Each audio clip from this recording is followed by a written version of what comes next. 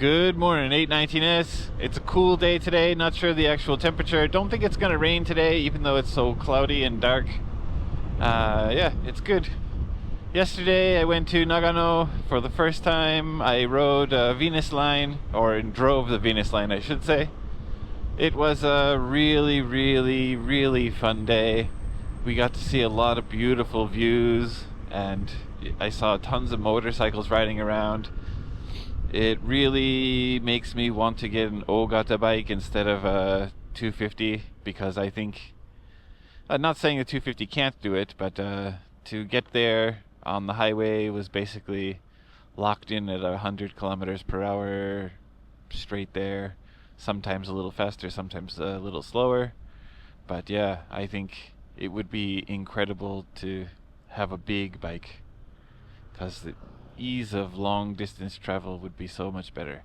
But anyways, give you a few highlights here, because I don't think I'm going to make a whole video just about the trip.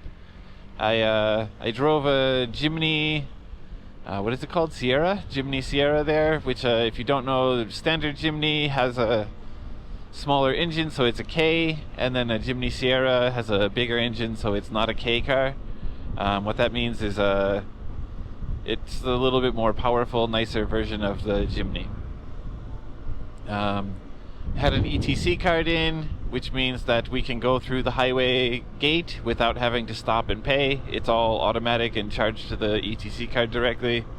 That's a really common system in Japan.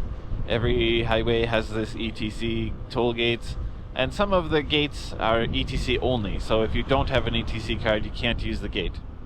ETC card means you also need an ETC machine in the car. There's a little box that you put the ETC card in, and there's a sensor that's usually on the dashboard or the window. When you pull up, it reads from the sensor.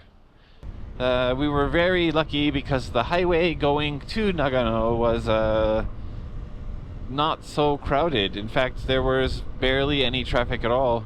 I think basically because of the long weekend, everyone who traveled had gone somewhere Friday or Saturday, spent the weekend somewhere, and then they were coming home on Monday.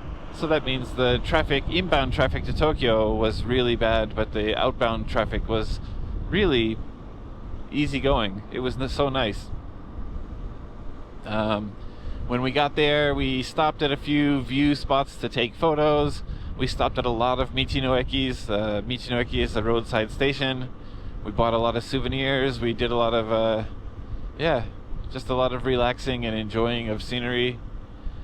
I was happy because I got to see tons and tons of bikes. There was a lot of older bikes, there's cruisers, there's super sports, there was just a little bit of everything. It was a really nice mix. And yeah, I enjoyed it. I got some advice about some places to go from the user Wednesday is Not Sushi Day.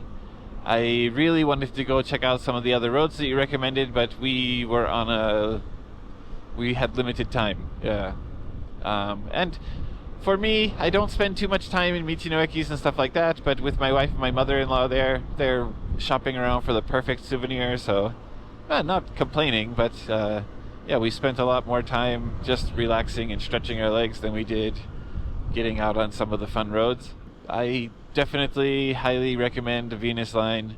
You might want to go more than one time because different seasons have different weather, I believe. When we were there, it was very foggy. Very foggy. So much so that you couldn't even see the car in front of you in some cases. And I believe on other days it's very clear and really nice. If you are in Japan and you're looking for just a ride, not necessarily a destination, I recommend the Venus line. And I'll put a text link or a text list here of some of the places that Wednesday's Not Sushi Day added. I hope that's okay, man. And I wish I could have. Yeah, well, I hope that's okay. That thing sounds rough.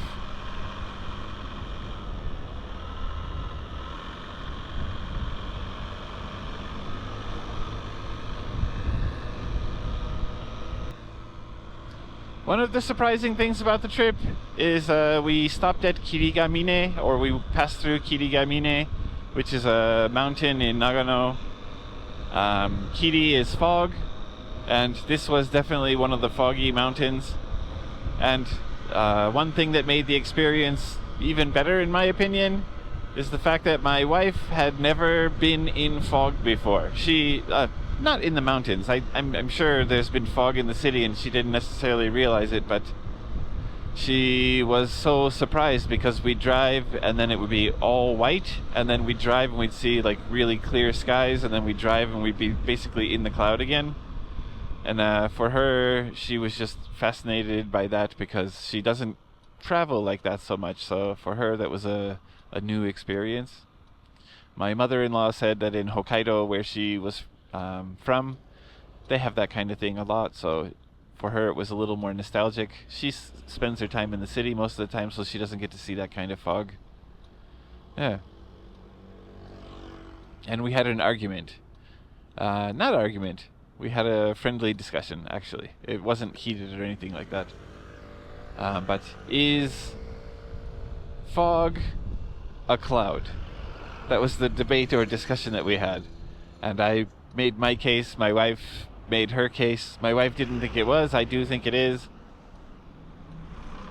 And I think at the end of the day we both resolved that maybe I'm right, because it's a collection of moisture that's dense enough to be visible, but I think the difference is where it sits. So fog is down at the ground and clouds are up in the sky.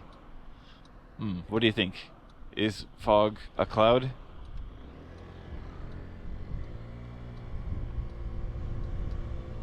Alright, if you made it this far, leave a response down below in the comment section. For me, Venus Line, 10 out of 10, we'll ride again, or we'll drive again. Like I said, hopefully the next time we'll be on a bike, and if I can, Ogata would certainly be the best. Alright, that's it for this one. Thank you guys so much for watching. I'll see you in the next one. Get out there and ride. Definitely ride safe.